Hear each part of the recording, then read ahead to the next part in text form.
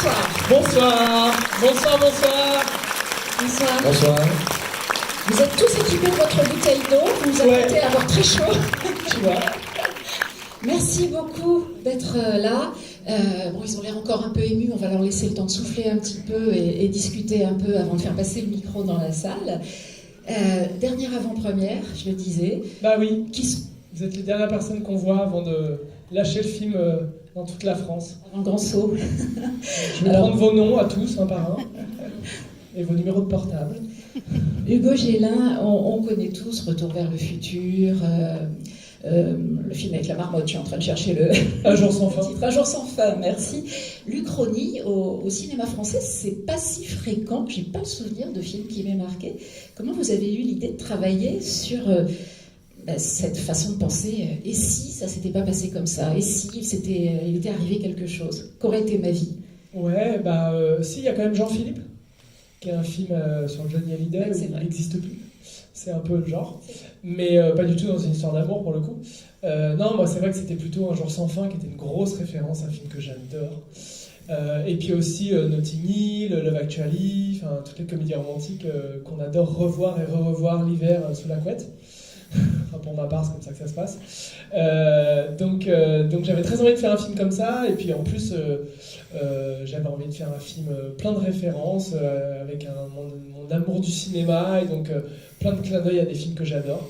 Et puis en même temps, j'avais envie de raconter un film sur le regard qu'on peut porter sur les gens qu'on aime, et donc sur ce regard qui peut s'étioler au fil des années, et je trouvais ça assez joli de raconter ça dans ce contexte-là, donc de faire tout autant une comédie qu'un film romantique. Deux couples dans ce film, le couple d'amoureux et le couple de potes. Alors, Joséphine, le duo amoureux, il dégage une complicité évidente. Est-ce que ça a fonctionné entre vous dès les premières secondes avec François Civil, ou il y a eu un petit travail d'approche? Il faut que tu danses. Ah, vas-y, hop, c'est parti. Alors, il y a eu un petit travail d'approche. Non, alors, en fait, je crois que c'était hyper important pour Hugo de projeter un couple. D'ailleurs, quand on a fait les essais pour le rôle de Olivia, il y avait François. Et je crois que, enfin, je parle pour toi, mais que tu avais vraiment besoin de voir ça dans tes deux comédiens, enfin, chez tes deux comédiens. Tu parles pour moi, mais... Je parle pour toi, mais ça te va? Okay. Non, mais du coup, j'en profite quand même, juste faire une petite parenthèse pour m'excuser pour François, qui n'a pas pu venir, qui est dégoûté, qui est tout seul à Paris, là, alors qu'il sait qu'on est tous ensemble, et qui s'excuse, lui, donc de ne pas pouvoir être là ce soir. Vous prie de l'excuser. Il ne s'excuse pas lui-même. Oui, c'est sûr. Ouais. Si, moi, il m'a dit, je m'excuse. Ah bon, il a dit ça, ok, pardon. Il n'a pas donné la... Donc voilà, non, il est vraiment désolé de ne pas pouvoir être là, il avait très envie d'être avec nous sur cette dernière date, c'est comme tu le disais tout à l'heure, c'est la toute dernière date, c'est la dernière fois qu'on propose le film, on vit ce moment un peu unique. Vous savez, on fait un film ça dure des années en fait, c'est très long. On l'écrit pendant des années, après on le tourne, on le monte, enfin ça prend un temps fou. Et en fait pendant tout ce temps-là, on ne fait que parler de vous, en fait, on parle des spectateurs toute la journée. On se dit comment les spectateurs vont réagir, est-ce qu'ils vont comprendre, est-ce qu'ils vont aimer, est-ce qu'ils vont rire, est-ce qu'ils vont être émus, Et au bout d'un moment, on peut enfin vous rencontrer en fait. Parce qu'en fait, on fait des films a priori pour vous. Donc, c'est le seul moment où on peut le faire. Parce qu'après, quand le film sort, notamment là, mercredi 3 avril, c'est fini. Le film, il est partout, dans toute la France, en même temps. Nous, on est chez nous.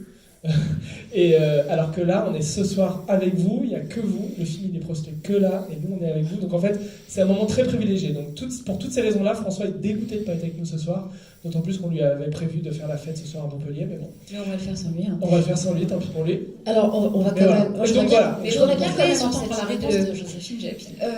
En fait, on avait évidemment en référence et dans la tête ces couples mythiques de comédies romantiques où moi je suis encore dévastée de savoir que Julia Roberts et Hugh Grant ne sont pas ensemble dans la vraie vie, par exemple. Et du coup, on avait envie d'essayer d'effleurer ça et de créer un couple crédible, sensible, pour qu'on soit déchirés quand ils se retrouvent séparés et plus ensemble, quoi. Et alors pour ça, on a beaucoup travaillé avec Hugo et François. Et notamment, on a fait des petites sessions de travail. On a fait une session de travail à Prague, qui était très sympa, où Hugo avait loué un Airbnb, il avait pris une petite caméra professionnelle pour tourner quelques images de couple, dont certaines sont dans le film. Et le premier jour, on est arrivé, et Hugo a dit, écoutez, j'ai une idée, Vous allez prendre un bain. Voilà, donc on s'est retrouvés avec François à prendre un bain avec Hugo qui filmait comme ça dans un coin de la salle de bain. Je ne filmais pas comme ça, mais c'est pas grave. J'essaie de t'imiter, c'est pas crédible, ok. Et du coup, ça a brisé la glace très rapidement. Voilà. Et ça a été assez utile pour la suite du film. Et les images sont pas dans le film. Voilà. Ouais, voilà, je m'excuse, c'est en plus les images du bain, Sur je une les ai clé pas USB. Non. Sous l'oreiller d'Hugo. Voilà. Benjamin Laverne, vous avez échappé au bain, vous, du coup, puisque a J'étais là, priori, ça se match depuis longtemps Je avec filmais François sous l'eau. Je faisais une captation sous-marine avec ma GoPro. Voilà. Vous connaissez depuis bien longtemps avec François Civil, vous aviez déjà tourné ensemble, vous saviez que ça fonctionnait. Ouais, on avait cette chance de se connaître pour jouer des meilleurs amis et d'être amis déjà dans la vie. Donc c'était ça de gagner comme travail parce qu'on doit jouer une complicité comme si on se connaissait depuis longtemps, donc ça aide. On avait tourné dans mon casting, que Hugo avait produit, qui est une mini-série qui passait sur Canal+, qui était réalisée par Pierre Ninet. Et donc on avait ce petit groupe de copains déjà, et Hugo produisait, c'est là que je l'ai rencontré. Donc en effet, quand Hugo m'a proposé de lire, donc Hugo qui était un ami, qui me propose de jouer le meilleur ami d'un de mes amis, donc c'était pas dégueu, et ça donnait envie, et en plus le film m'a plu. J'aurais été bien embêté si ça m'avait pas plu. J'aurais perdu 2 amis. Voilà. Donc voilà, c'est comme ça, comment ça s'est fait. On va vous faire passer le micro dans la salle si vous voulez à votre tour poser des questions ou si vous n'avez pas de questions, de vous faire part de votre réaction. Mais si vous allez avoir une question, et alors moi j'ai une question en attendant. Et qui a vu la bande-annonce du film? Oh, les faillots. Non. Mais merci. Déjà merci pour ce bras. Individuel. Merci pour ce bras. Et ensuite, j'aimerais savoir qui ne savait pas du tout ce qu'il allait voir ce soir. Ça, j'aime bien ces gens-là. Et donc, vous êtes restés jusqu'au bout. Déjà, merci aussi pour ça. Qui s'est fait traîner par... Ah voilà, il y a toujours quelqu'un qui s'est fait traîner. Voilà. Ah, t'es fait traîner, toi? En général, c'est un mec. Hein. Qui s'est fait traîner? Voilà. Monsieur s'est fait traîner. Bien d'autre? sûr, par madame. Bravo. Qui d'autre? Ah, voilà. Vous dénoncez votre ami. Ouais, très bien. Ah ben encore un autre garçon. Ok, merci. Non mais c'est un petit sondage, je me fais un petit sondage comme Pourquoi ça. c'est des mecs qui se font traîner les comédies romantiques? C'est un truc de filles, c'est Bah, ça? C'est quoi ces préjugés? C'est des préjugés. Non mais il y en a eu pas mal, il y en a eu quelques-uns. Alors, qui se lance pour la première? Allez. Bah du coup, madame. Bonsoir. Bonsoir, merci beaucoup d'être venu. Je voudrais savoir la scène de la... Ah pardon. C'est le principe du micro. La scène de la plage justement, dont vous avez parlé tout à l'heure, vous l'avez tournée à quelle époque? La plage. Ah, la plage, la baignade. En plein hiver. Voilà, On l'a tournée il y a un an. Non, vous êtes pelé, quoi. On s'est pas techniquement baigné dans la mer. Enfin, c'est ce que vous avez vu. En fait, on prend un bain, on est dans une piscine. C'est du faux, ça. Oui, mais je m'en suis un petit peu doutée, vu comment c'était filmé, mais bon... La plage, je dis quand même, la plage, à un moment, vous y rentrez, quoi. Donc, Alors ça, il faut savoir un truc, c'est qu'on tourne en plein jour. Et qu'on inverse les couleurs pour faire... Ça s'appelle une nuit américaine. Donc on tourne en plein jour, du coup c'est quand même beaucoup plus agréable. Et d'ailleurs, il faisait un soleil extraordinaire ce jour-là, et le soleil, du coup, devient la lune quand on inverse les couleurs. C'est pour ça que quand on voit la lune au fond, c'est le soleil, en fait. Non, j'ai bien aimé la façon dont c'était filmé, en tout cas. Je parle du film dans sa totalité. Merci. À part cette scène, merci. Non, je plaisante. Mais oui, donc du coup, on a tourné toutes ces scènes de plage et de vélo dans les marais camarguais en plein jour pour faire la nuit américaine. Et par contre, après, je les ai envoyés dans une piscine en banlieue parisienne, tourner les plans qui sont en pleine mer. Et tout le reste derrière, tout est rajouté après. Voilà. Et il n'y a que les gens d'ici qui s'en apercevront, mais vous avez fait un sacré raccourci entre la Camargue et les Tantos, quand même. Hein. Exactement. Tout à fait. Alors, on a une petite anecdote sur cette maison que j'ai trouvée à l'étang de Thau, que j'ai trouvée splendide. Donc, évidemment, on a sillonné tout le coin entre la Camargue de l'autre côté et jusqu'à ce côté-là. Enfin, voilà. Bref, nous, on était basé à Arles, donc on allait soit 1h30 d'un côté, soit 1h30 de l'autre. Et en fait, j'ai choisi cette maison 6 mois avant le tournage, parce qu'on visite plein de maisons, il faut trouver la bonne pour le film. Et j'ai choisi cette maison, et donc 6 mois après, on est venu tourner, et il y a le propriétaire du film, le propriétaire de la maison qui est venu voir Joséphine, en lui disant mais vous vous appelez bien Japy? Elle dit oui. Parce qu'en fait, c'était quoi? Sa grand-mère, la femme qui avait fait construire cette maison, était quelqu'un de ma famille, une Japy aussi. Voilà. Très bizarre. Normalement, quand il vous arrive ce genre de choses, vous courez, en fait, c'est le début d'un film d'horreur. C'est que très prochainement, il va vous arriver des embrouilles. Non mais c'est fou, parce que ouais. cette maison je l'ai choisie parmi une trentaine et Joséphine en fait c'était une de ses aïeules qui avait construit la maison, donc incroyable. Et on a eu d'autres, on a appelé ça une zoltanerie et en fait on en a eu d'autres pendant tout le tournage, des petites zoltaneries comme ça qui faisaient des clins d'œil incroyables. Il y en a eu des belles, hein, Pour moi la plus parallèles, dingue, il y a eu des zoltaneries, c'est des parallèles en effet entre la fiction et le réel. Il y en a une, je voulais pas y croire, c'est donc le premier matin du tournage. Un Uber vient chercher Joséphine pour aller tourner, c'est pour son premier jour de tournage. Et Joséphine nous raconte que sur son écran de téléphone, il y a marqué « Zoltan vient vous chercher dans 5 minutes, 4,5 étoiles ». 4,8, c'est un très bon 4,8. chauffeur. Donc évidemment, on se dit c'est une blague. Non, et elle nous a montré la capture d'écran. Zoltan est venu la chercher pour son premier jour de tournage. C'était fou. J'ai cru que c'était Ça un aussi, c'est document très de bizarre. la production. Petit coquin. Ce film est placé vraiment sous bons augures. Alors, d'autres questions? N'ayez pas peur, on va monter jusqu'en haut, on va courir avec le micro, hein, vous en faites pas. Juste là. Vous montrez quelqu'un? Ah non, pardon. Merci Benjamin. Bonsoir. Tout Bonsoir. d'abord, j'ai beaucoup aimé le film. Et je voulais savoir pourquoi Merci. avoir fait de la grand-mère d'Olivia une personne Alzheimer dans l'autre dimension. En fait, pour moi, elle est dans les deux, en fait. Elle est un peu comme Félix dans le film, c'est un personnage qui traverse les deux époques sans vraiment fondamentalement changer. Et d'ailleurs, on avait même tourné des scènes qui étaient censées être dans le clip, le fameux générique où il y a 10 ans d'amour qui se passe. On avait même tourné des scènes où, dans leur première vie, Raphaël et Olivia amènent la grand-mère pour la première fois dans cette maison, l'aide à s'installer, etc. etc. Et Joséphine fond en larmes parce que ça la bouleverse de laisser sa grand-mère là, etc., etc. Donc on avait tourné plein de trucs en plus.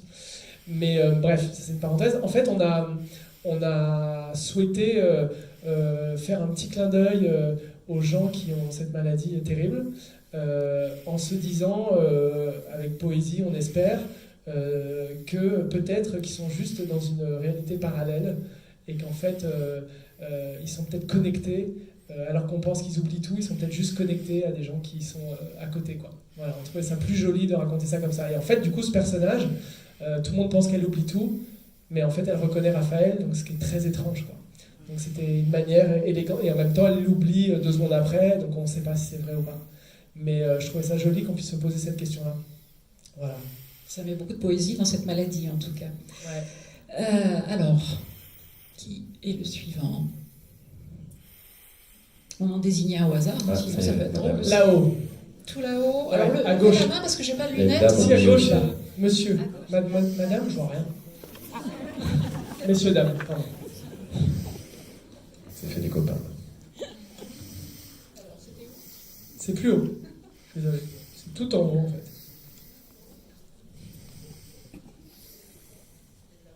Alors, c'est madame. Bonsoir. C'est bonsoir. Je voulais juste savoir si Zoltan et Shadow, c'était un fantasme pour un prochain film. En 3D, 4DX. Ouais, j'aimerais bien. Non, mais je pense pas. Mais en tout cas, on s'est amusé à faire ça, ouais. On s'est éclaté à faire ça, même.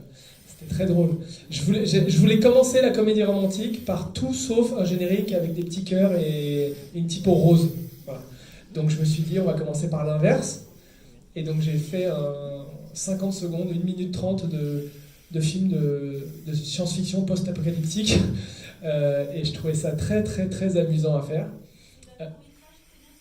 Ouais, merci. Vous avez vu que je suis dedans? Vous avez vu que je suis dedans? Il a une phrase. Hein. On m'appelle Goompar. Il s'appelle Goompar dans le film. Je suis content de le savoir. Hein. On trouvait que ça lui allait bien, Goompar, le bon vieux Goompar. Pire prénom. Un nom de chien. Goompar.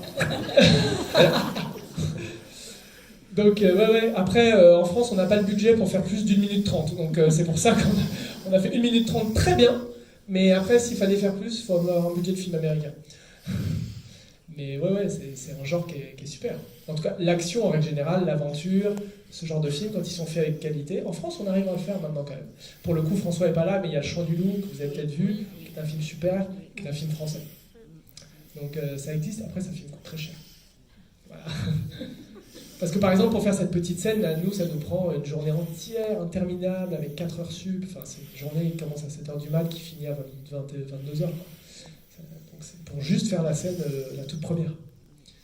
Et haute dinguerie d'ailleurs, haute zoltanerie, c'est la neige qui a fait son apparition, qui n'était pas du tout prévue. Il a neigé 60 cm de neige en 2 jours.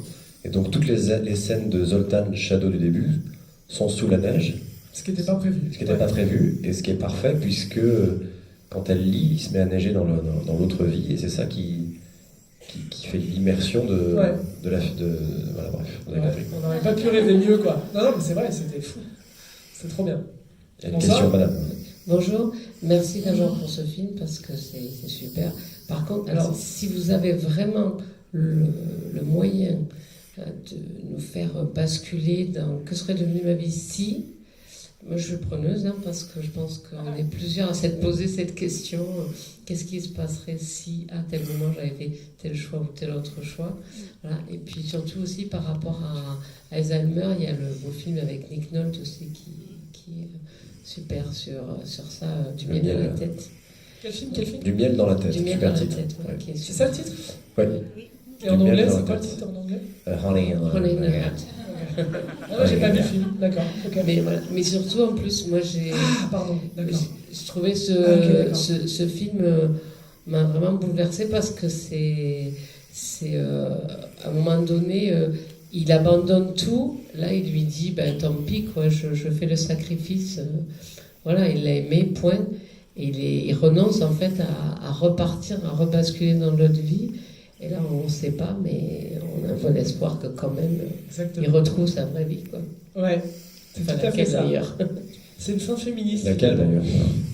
Comment? La dame disait très justement laquelle est la vraie vie d'ailleurs. Ah, ça te plaît, ça, ce genre de questions. Ouais. Ouais. Merci, madame. Oui. Comment? Alors, il y en a un petit pari. Ah, vous avez toujours Pong écrit. Ah, ping-pong, c'est pour de vrai? Ah non. Peut-être. Peut-être. Si on fait 1 million d'entrées, il y a un pari. Benjamin et François. On est obligé de se le tatouer. Et on fait voter les gens pour savoir où on se le fait tatouer. C'est vous qui décidez. Et pourquoi le ping-pong comme sport un peu dans une vie un peu tristoune, un peu bateau? Pourquoi ce sport-là? Je sais pas. Parce que c'est un sport drôle.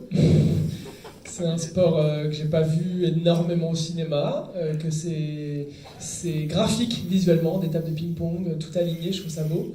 Et puis... Nice, c'est moins drôle aussi. Voilà. Et non, il n'y a même pas pensé comme ça. Non, et que... Oui, c'est vrai. Et que en plus, c'est un des sports qu'on peut jouer en duo, en double. Voilà. Et vu que c'est un duo, ça marchait bien. Voilà. Donc on a beaucoup vu de tennis déjà, quand même. Bonsoir. Bonsoir. Alors moi d'abord je voulais vous féliciter parce que on est cinéphile, on est abonné, illimité. Et ce soir, vraiment, j'ai passé un très bon moment. Merci. Alors d'abord parce que j'avais vu François Civil dans Le Chant du Loup, qui m'a époustouflée dans ce rôle-là. Après parce que... En général, il s'excuse là. Oui. Il dit je suis désolé, pardon. Après parce que je trouve le duo avec Joséphine Japy et Benjamin Laverne, chacun dans un style vraiment exceptionnel. Donc on passe du rire presque aux larmes à la fin, on se re-questionne sur sa vie et vraiment c'est un beau film. J'adore. Merci beaucoup. Je pense même que j'irai le revoir parce que à mon avis, il y a des choses que j'ai zappées en route. J'ai un peu traîné mon mari entre guillemets. Mais je pense qu'il a le classique. Je pense qu'il a adoré quand même. Et vraiment, c'est un film que je vais vraiment donner en référence parce que cool. J'ai vu énormément de films là depuis 3-4 mois et celui-là m'a vraiment vraiment touché. Merci madame. Infiniment. Je tenais à vous le dire. Parole Merci. d'abonné. Merci. Ouais. Et c'est un plaisir de vous voir aussi et de pouvoir discuter de ça avec vous. C'est adorable. Voilà. Merci. Donc j'espère qu'il va bien marcher, franchement. Bah, ne serait-ce que pour qu'ils se tatouent ping-pong, hein, les Juste deux. pour ça. Moi, je vous promets, je fais toutes les vidéos dans le salon de tatouage, je vous mets tout sur les réseaux, S'il vous plaît, offrez-nous ce bonheur. Ah oui, ils sont déjà là en même temps. Merci madame infiniment. Et merci monsieur de continuer à suivre madame. À écouter votre femme. C'est important. Bonsoir. Qu'est-ce que c'est Je vous en prie, monsieur. Ah non, merci. Ah d'accord. Non, mais c'est là où il y a... Non, mais c'est chacun notre Okay. tour, on a pris notre ticket, on passe après. Ah très bien. Eh ben, bonsoir à tous les trois et merci d'être là pour présenter le film. Ça fait Merci à super vous. plaisir, surtout d'être venu pour la dernière. Enfin, Ouais, c'est notre dernière, on est un peu triste. Et du coup, je voulais savoir si c'était pas trop compliqué d'avoir fait les scènes de début. Du coup, puisque si j'ai bien compris, les scènes du lycée, c'est vous qui les jouez Ah oui, oui. aussi. Et donc, du coup, il a fallu que vous trouviez une solution enfin, pour passer du... Pour rajeunir. Non, mais du coup, comment ça est venu l'idée surtout de choisir de garder les acteurs, parce que d'habitude, on prend souvent d'autres acteurs Plus jeunes, ouais. plus jeunes, surtout pour passer du lycée au stage adulte. Ouais. Là, non. Bah là, Ça j'ai marche pris des super bien, acteurs ça assez marche. jeunes, donc c'est un peu au milieu en fait. Joséphine a 24 ans, voilà. Donc du coup, jouer 18 et jouer 30, bon, c'est à mi-chemin, donc ça se travaille. C'est évidemment des perruques, beaucoup. Si, il y a une petite zoltanerie sur les perruques. Ah oui, c'est vrai. Oui. Bah, en fait, François, on est allé évidemment choisir des perruques pour tout le monde. Benjamin a une perruque, Joséphine a une perruque avec une grande frange, des cheveux très longs, voilà. Et François, on lui cherchait une perruque pour qu'il fasse jeune, parce que déjà qu'il a beaucoup de cheveux, mais bon, il fallait qu'il ait un look un peu plus bancal, on va dire, moins beau gosse. Et donc on est allé chez une grande perruquière à Paris, hyper connue, qui fait tous les films français, etc. etc. Et donc du coup, on a cherché un peu, on trouvait pas, et puis d'un seul coup, elle a ouvert un vieux tiroir, elle a dit bah, tiens, essaye-moi ça. Et il l'a mis sur la tête, ça marchait bof, c'était pas terrible. Donc elle a dit bah retourne là, elle a retourné la perruque, c'est beaucoup mieux. Et puis c'est celle qui est dans le film d'ailleurs. Et puis il l'a retirée, et puis il l'a enlevée, il l'a regardée. Et en fait à l'intérieur il y avait une étiquette avec écrit Christian Clavier, Jacouille. C'est pas dingue ça? Alors qu'il y a la scène des